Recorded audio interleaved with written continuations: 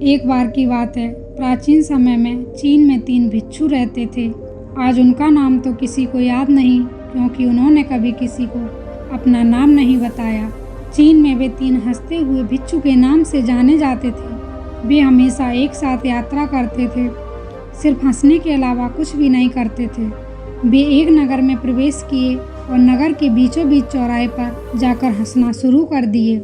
धीरे धीरे ही सही, लेकिन जो लोग वहाँ रहते थे या काम करते थे या वहाँ से गुजरते थे, खुद को भी हंसने से रोक नहीं पा रहे थे। धीरे धीरे लोगों की हंसी भीड़ में बदलती गई और देखते ही देखते पूरे गांव और नगर में फैल गई।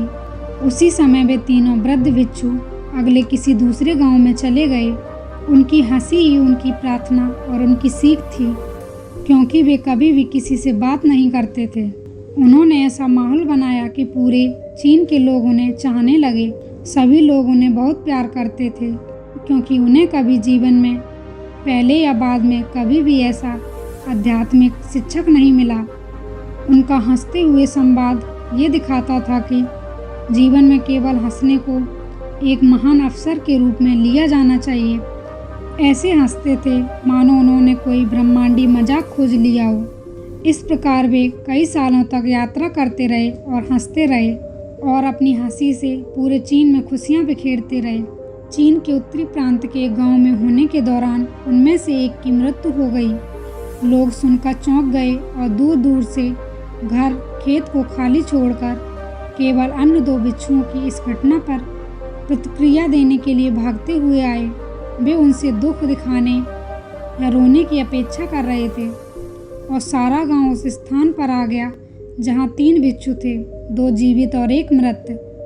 लेकिन शेष 2 भिक्षु और जोर से हंस रहे थे।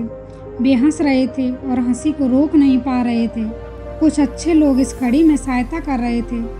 आत्मविश्वास में उनके पास पहुंचे और उनसे पूछा कि वे अपने मृत मित्र के लिए शोक क्यों नहीं कर रहे हैं। एक समय के लिए भिक्षुओं ने जवाब दिया, क्योंकि कल आपके गांव के रास्ते में उसने एक शर्त रखी थी कि हम में से जो अन्य 2 को हराएगा और पहले मर जाएगा, और अब वह जीत गया। वो पुराना खिलाड़ी निकला। उसने एक वसीयतनामा भी तैयार किया था। अंतिम संस्कार की चिता पर रखने से पहले मृतकों को धोने और उनके कपड़े बदलने की परंपरा है, लेकिन पुराने भिक्षुओं ने स्पष्ट रूप से पुराने कपड़े उस पर छोड़ने के लिए कहा था, क्योंकि वह एक दिन से भी कभी गंदा नहीं हुआ था।